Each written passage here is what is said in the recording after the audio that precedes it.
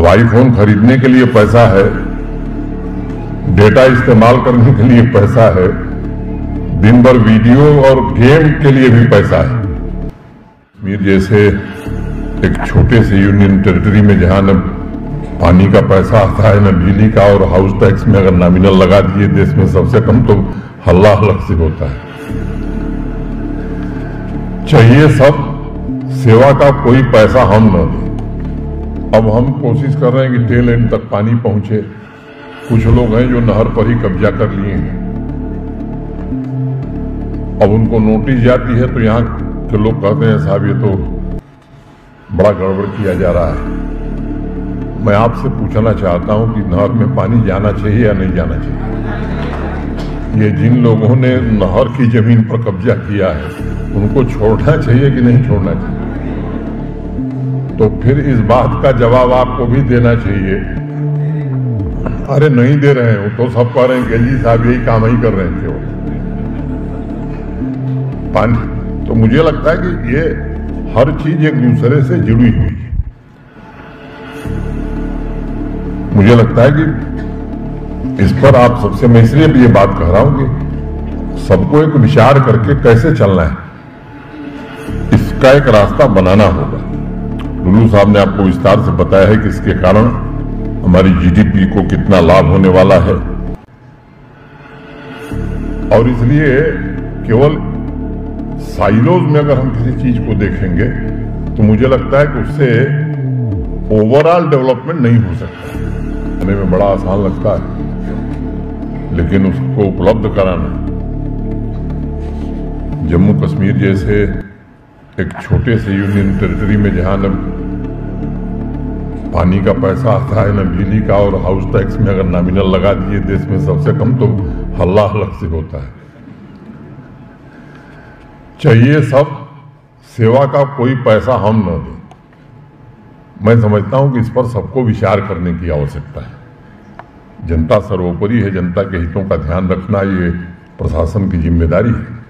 लेकिन जो सक्षम लोग हैं अगर वो सेवाओं के लिए शुल्क नहीं देंगे, अब आईफोन खरीदने के लिए पैसा है, डेटा इस्तेमाल करने के लिए पैसा है, दिन भर वीडियो और गेम के लिए भी पैसा है।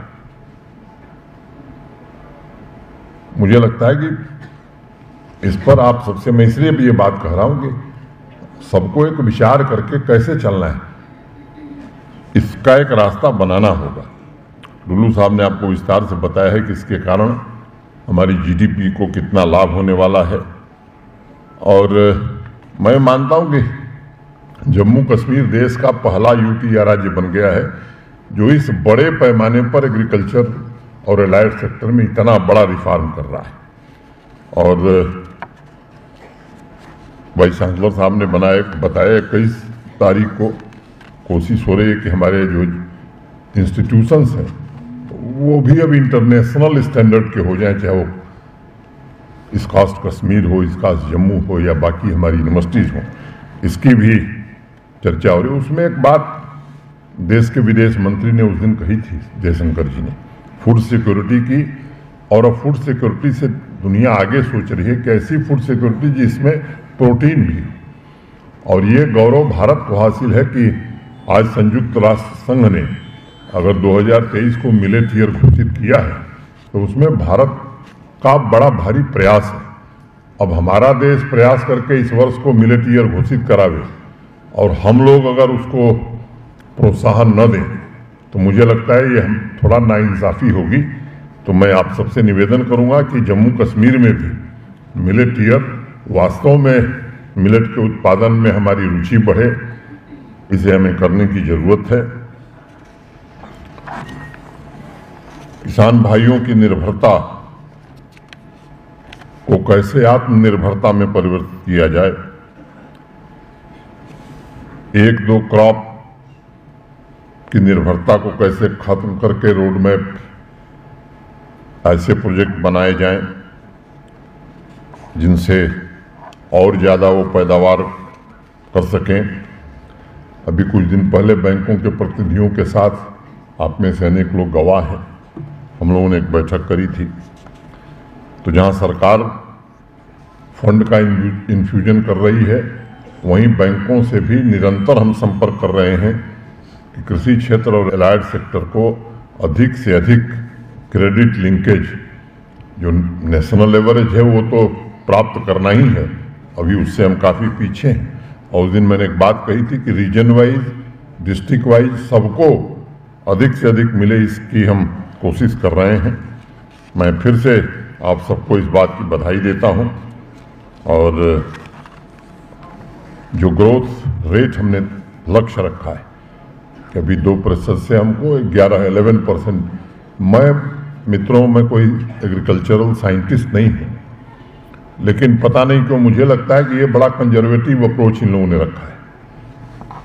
जो जीडीपी का कंट्रीब्यूशन है और जो ग्रोथ रेट है, अगर ईमानदारी से और सही में हमने इसको इम्प्लीमेंट कर लिया तो यकीन मानिए 12% के ऊपर ही हमारी एग्रीकल्चरल ग्रोथ होगी और कंट्रीब्यूशन भी बड़ा होगा। एग्रीकल्चर और एलाइड सेक्टर के लगभग हर एक प्रोजेक्ट के लिए टाइमलाइन, कुल लागत, कुल रोजगार, किसान भाइयों की आमदनी में होने वाला इजाफा, हर एक पहलू का खाका उसमें खींचा गया है।